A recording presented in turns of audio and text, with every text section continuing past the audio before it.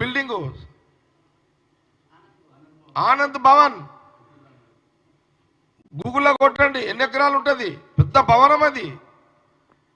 అలాంటి భవనాలన్నీ కూడా మొత్తం కూడా ప్రభుత్వానికి హ్యాండ్ ఓవర్ చేసి గవర్నమెంట్ బిల్డింగ్లో ఉంటున్నారు వాళ్ళు.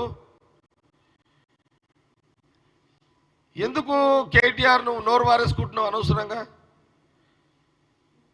ఎందుకు చిల్లర రాజకీయాలు చేసుకుంటున్నారు మీరు అనవసరంగా?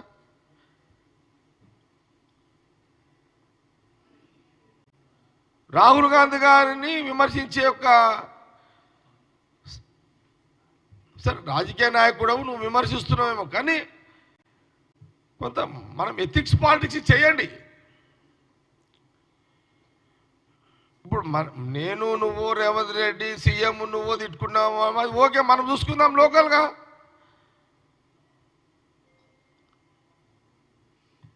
ఆయన ఓకే అంటేనే వాళ్ళ అమ్మ తెలంగాణ ఇచ్చింది, ఆడనే నువ్వు తెలంగాణ ఇచ్చినందుకే మీరు ఆయన సీఎం అయిండు, నువ్వు మంత్రి అయినావు, ఈరోజు మీ ఫ్యామిలీ సెటిల్ అయింది.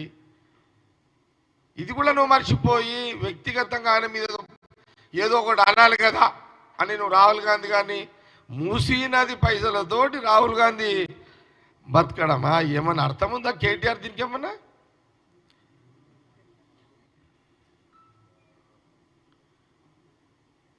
ఇంత చిల్లరగా చెయ్యొద్దు అని, చిల్లర చెయ్యకు కేటీఆర్.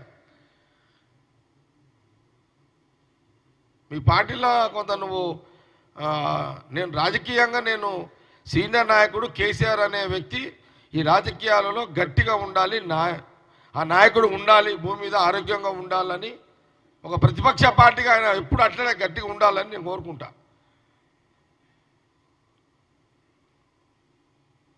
నీ అనుభవం లేకపోతే కేసీఆర్ గారు మీ నాయనని అడిగినా కొంత అనుభవం తెచ్చుకో. ఎందుకంటే మీరు ఫీల్డ్ వర్కర్స్ కాదు, ఫీల్డ్ లీడర్స్ కాదు. మీరు మీ నాయన field worker, field leader KCR గారు.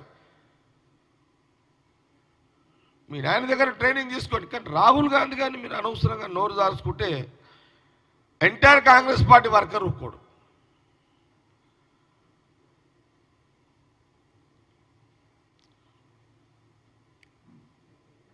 రాహుల్ గాంధీ శీలాన్ని గురించి మాట్లాడే నైతిక హక్కు కేటీఆర్కి లేదు.